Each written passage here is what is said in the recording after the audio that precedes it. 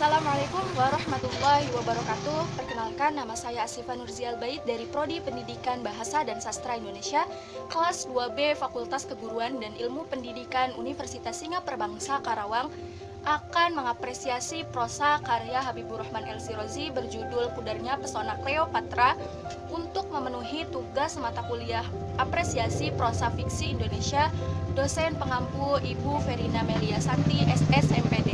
Terima kasih, selamat menyaksikan. Sebelumnya, saya akan memaparkan identitas buku, judul Pudarnya Pesona Kleopatra, penulis Habibur Rahman El-Shirozi, cetakan pertama tahun 2005, jumlah halaman 111 halaman, penerbit Republika, genre spiritual. Buku ini menceritakan tentang seorang laki-laki lulusan Mesir yang terobsesi dengan kecantikan gadis-gadis Kleopatra. Namun, ibunya menikahkan dia dengan seorang perempuan bernama Raihana yang usianya 2 tahun lebih tua.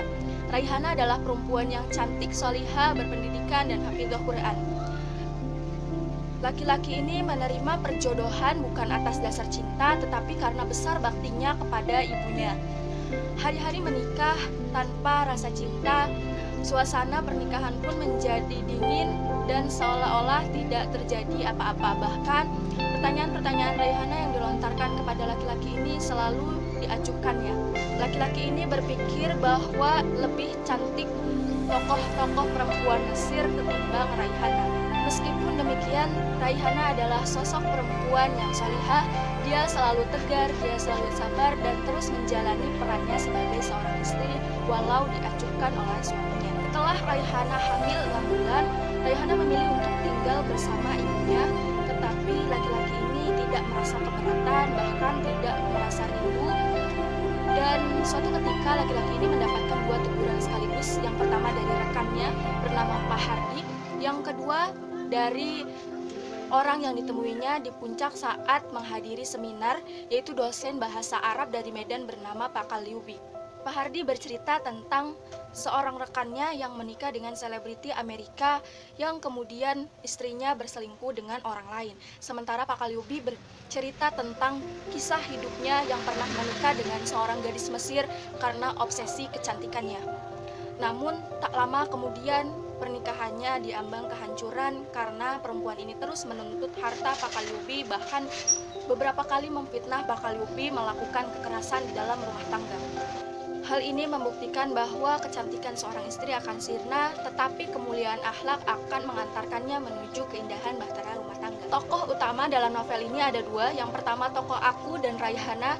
Tokoh pendukung dalam novel ini ada Aida, adik aku, Ibu Raihana, Yuk Fatimah dan Yuk Iman sebagai kakak Raihana, Tante Lia sebagai perias Raihana, Pak Hardi sebagai dosen, dan Pak Kalyubi sebagai penasihatnya ketika menghadiri seminar di puncak.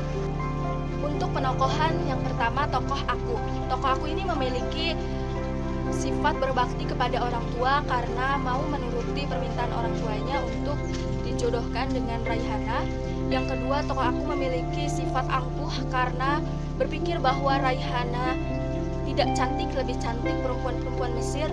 Yang ketiga, tokoh aku ini memiliki sifat yang ramah karena dia tidak hanya menyapa orang yang sudah dikenal, tetapi juga yang belum dikenal seperti Pak Kalyubi, hingga akhirnya mendapat hikmah dari Pak Kalyubi. Tokoh Raihana ini memiliki sifat sabar, tegar, penyayang, dan bertanggung jawab. Meskipun dia selalu dizolimi oleh suaminya sendiri, tetapi dia tidak pernah meninggalkan kewajibannya sebagai seorang istri, bahkan selalu menjalankannya dengan sepenuh hati. Adapun tokoh ibu aku, Ibu Raihana, Aida, Pak Hardi, dan Yuk Fatimah dan Tante Lia memiliki karakter yang perhatian karena hanya muncul 2 kali di dalam novel, dan adegannya ketika mereka menyanjung kebaikan Raihana. Sementara Pak Kalyubi adalah seorang yang tegar, sabar, dan sangat bertanggung jawab. Meskipun istrinya selalu mengecewakan Pak Kalyubi, tapi beliau tetap mempertahankan pernikahannya walaupun hingga pada akhirnya berpisah juga. Novel ini memiliki alur maju, tetapi ada beberapa adegan yang mundur ketika Pak Kalyubi menceritakan kembali kisah rumah tangganya dengan Yasmin, seorang gadis Mesir. Adapun tahap alur dalam novel ini dibagi menjadi 5. Yang pertama, tahapnya ketika tokoh aku dijodohkan dengan Raihana atas permintaan ibunya. Yang kedua, ketika mereka menjalani kehidupan rumah tangga tanpa cinta. Yang ketiga, ketika tokoh aku merasa menyesal pernah menzolimi Raihana. Hal ini dikarenakan pada waktu itu sedang menghadiri acara akikah, namun ketika keluarganya bertanya bagaimana tentang rumah tangganya, Raihana selalu menutupi aib rumah tangganya. Dia selalu menutupi permasalahan yang terjadi di rumah tangganya. Bahkan dia berkata bahwa dia baik-baik saja berumah tangga dengan tokoh aku. Tahap keempat, ketika Raihana hamil dan memilih untuk tinggal bersama ibunya, kemudian tokoh aku mendapat teguran dari Pak Hardi, dosen di kampus mengajarnya. Tahap kelima, ketika tokoh aku menghadiri acara seminar, bertemu dengan Pak Kalyubi, dan Pak Kalyubi menceritakan tentang kisah rumah tangganya hingga pada akhirnya menyesal, sangat menyesal telah berbuat zalim kepada Raihana. Pada saat itu dia kembali ke rumah untuk mengambil uang tabungan Raihana yang diamanahkan untuk menambahkan biaya persalinan di lemari, dan ketika membuka lemari beliau mendapatkan surat yang isinya adalah curahan hati Raihana. Dengan begitu tokoh aku merasa sangat menyesal dan akhirnya pergi ke rumah mertuanya. Pada saat itu ternyata Raihana telah meninggal 3 hari yang lalu, bahkan anaknya yang di dalam kandungnya tidak dapat diselamatkan. Untuk latar dibagi menjadi 3, yaitu latar tempat, latar waktu, dan latar suasana. Untuk latar tempat, bertempat di rumah aku, rumah Raihana, rumah kakak Raihana, kontrakan, dan kampus, serta bukit. Untuk latar rumah aku, ketika ibunya meminta dia menikahi Raihana. Ketika latar tempat di rumah Raihana pada saat pernikahan, rumah kakak Raihana ketika menghadiri acara akikah, dikontrakan ketika sudah menikah, di kampus tempat di mana tokoh aku mengajar, dan di bukit ketika tokoh aku menghadiri seminar. Untuk waktu di sini mengambil waktu siang dan malam. Siang ketika mengadakan acara pernikahan, dan ketika mengajar, serta ketika akikah, dan ketika menghadiri acara seminar di perbukitan.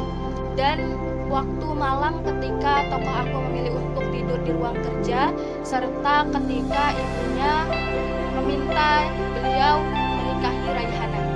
Untuk suasana yang saya dapatkan dari novel ini adalah suasana sedih, suasana kecewa, suasana terharu. Untuk di akhir cerita yaitu suasana duka karena Raihana akhirnya meninggal dunia ketika tokoh aku sudah merasa menyesal, sangat menyesal atas kelakuannya. Untuk sudut pandang sendiri, novel ini mengambil sudut pandang aku, orang pertama, karena hanya menyebutkan aku dan aku, tidak menyebutkan nama. Untuk bahasa, novel ini mengambil bahasa formal. Ada beberapa majas yang terkandung di dalamnya. Secara keseluruhan menggunakan majas sindiran, yaitu berupa ironi, dan ada juga sarkasme ketika tokoh aku berkata bahwa dia merasa muak bertemu dengan Raihana. Amanat yang bisa kita ambil dari novel ini, yang pertama, kita harus menghargai orang lain. Yang kedua, kita harus bertanggung jawab terhadap peran masing-masing. Dan kita harus selalu berbuat baik kepada orang lain, serta berusaha sabar atas segala permasalahan. Untuk tema, novel ini mengambil tema psikologi Islam karena berusaha untuk membangun kembali semangat masyarakat dalam menjalani kebaikan dan terus tegar dan berusaha untuk sabar atas segala masalah yang menimpa. Nilai yang terkandung dalam novel ini ada 3. Yang pertama ada nilai agama, yaitu bagaimana ketika seseorang bertanggung jawab sebagai perannya masing-masing. Yang kedua adalah nilai moral, yaitu teruslah menghargai orang lain. Yang ketiga adalah nilai sosial, bagaimana kita terus berhubungan baik dengan sesama manusia. Pelajaran yang bisa kita ambil adalah kelebihan yang sangat mendominasi dalam novel ini. Adapun kekurangannya ketika di akhir cerita, di mana novel ini terlalu cepat berlalu sehingga rasanya kurang dapat dirasakan. Saya sangat merekomendasikan novel ini untuk kalian karena novel ini mengandung banyak sekali pelajaran yang bisa kita ambil, termasuk teruslah berbuat baik, teruslah berusaha menjadi baik, jangan pernah merasa sudah baik. Sekian pemaparan apresiasi prosa fiksi dari saya. Mohon maaf apabila ada kesalahan. Billahi taufiq wal hidayah. Wassalamualaikum warahmatullahi wabarakatuh.